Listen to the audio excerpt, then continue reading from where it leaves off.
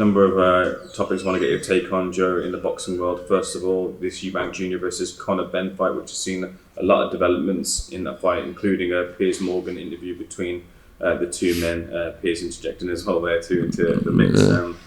First of all, the latest thing is that Eubank Jr. has offered a private bet with Eddie Hearn as to the $1 million, whether Eddie Hearn takes that bet, as he put it out to Ben Shalom first. I don't think that's quite allowed, but in amongst the mix of this fight, in amongst the egg slap as well too, as an old school guy, as I call you, not to it's okay. No problem. To say that you've been and seen a lot of things in the sport.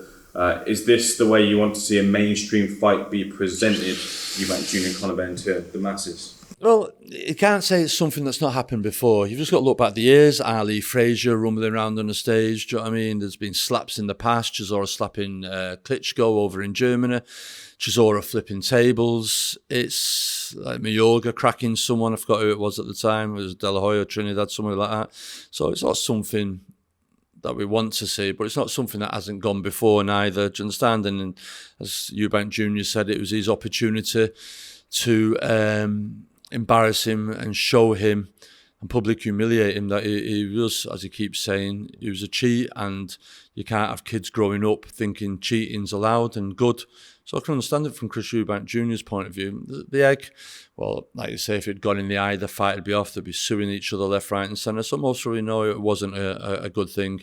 But for the drama of it all, we've seen it all before. Do you know what I mean? I think Lennox Lewis and Mike Tyson were rolling around and Tyson bit Lennox Lewis's leg and all that type of stuff. So it's not something we don't see before. We've just got to make sure it doesn't go too stupid like Misfits and we have cages in it and all that type of stuff, glass screens.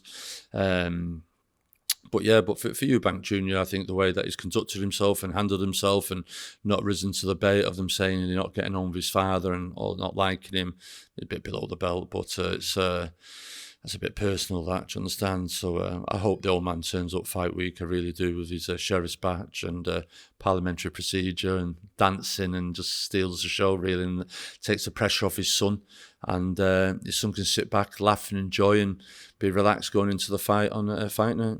I hear a lot of people kind of say that turned off from the fight because it's not the best versus best. This is just a fight for, essentially, of course, a grudge match. But yeah, you can do, and people saying that it's going up to be it's coming up 2 weights and 3 weights, and he walks around at 170, 180 or whatever. Well, if he does, then why have you got a hydration clause put in place? Do you understand? It's like, if you're that comfortable, you walk around at the bigger weights, and what you got a hydration clause in, come on fight night then, do you know what I mean, at your 170s, 180s that you're talking about. So it's hard really to judge this fight. One, Conor Benn's not really been tested. He's never fought for a Southern title, English title, British title, Commonwealth title, European title.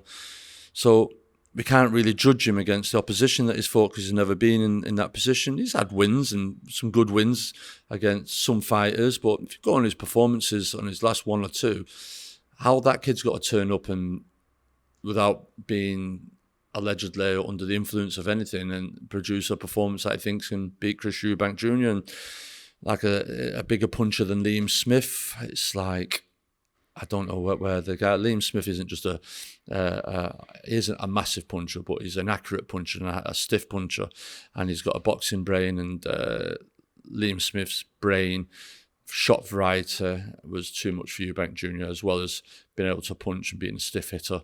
And I feel Conor Benn, I don't know, sometimes I don't know whether they try to kill us and just got to run in and all that, but you've seen Eubank, and people are quick to diminish him, but I feel like being in George Groves, I was sat there ringside in Manchester, and he was still swinging in the last round against a bigger, stronger man after getting hurt early on in the fight.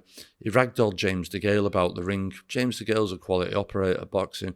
He went to Turkey in the background and knocked Yildirim out, this big, pressure, strong fighter, which everyone at the time thought, wow, he's a bit of a danger man.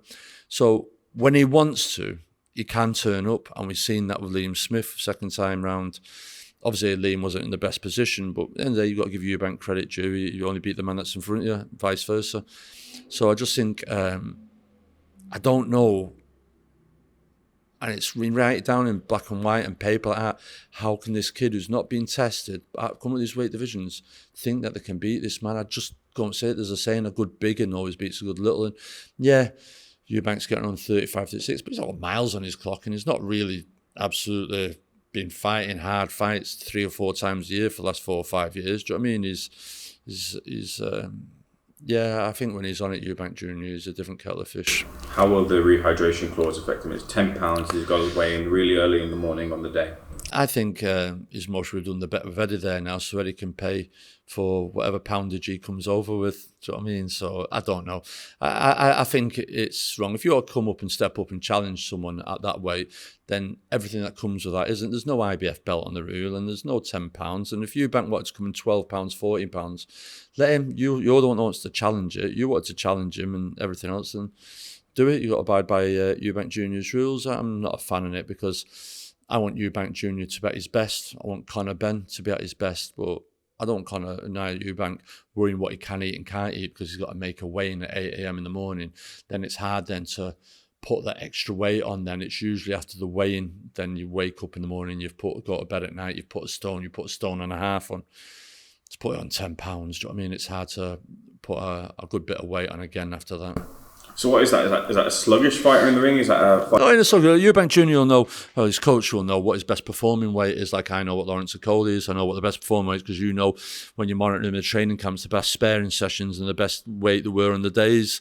So if Eubank Junior, and they've agreed to it, thinks, I think I'd be good at this. What fight's 160? I can most be good at this at 170, 12-2, something like that. Then it's like, right, okay, then, well, here's what it is. He wouldn't agree to it otherwise. But it's just that tail on bend on it. I don't want excuses afterwards. And it's like, well, I was dehydrated and I didn't make weight and Conor Benn's jumping about on it. And, well, people say, well, you didn't really beat the Chris Eubank Jr. because you made him not put the weight on that he wanted to put weight on. And I think the board, I've got to be really careful about this as well. There's no titles in the £10. They want two hydrated athletes in the ring. And if anything happens to Eubank Jr. and they've agreed to this and anything comes of it, that'd be interesting to see. I mean, there's no need for that. There's no titles on the line. There's no IBF. There's no need for it. The board have got to make sure that this Eubank Jr. is hydrated proper. With that all said, and hopefully everything is okay on the night, who do you think does get the hand raised? I think Eubank Jr. I just think his IQ, he can box, he can fight, he knows when to take the pressure off, he knows what to expect of Conor Benn. I see Conor sparring Denzel Bentley, good sparring, but Eubank's not stupid, and Eubank's always thinking, I've been with George Groves, a prime George or big George Groves was on fire. I know he did his shoulder in the fight, but being James Gale, being bigger men, stronger men, Yildirim, he knows Eubank, he can punch a little bit. He's most thinking, how? I just don't see it. That performance of him in America last does not beat the Eubank Jr. that turns up and beat Liam Smith.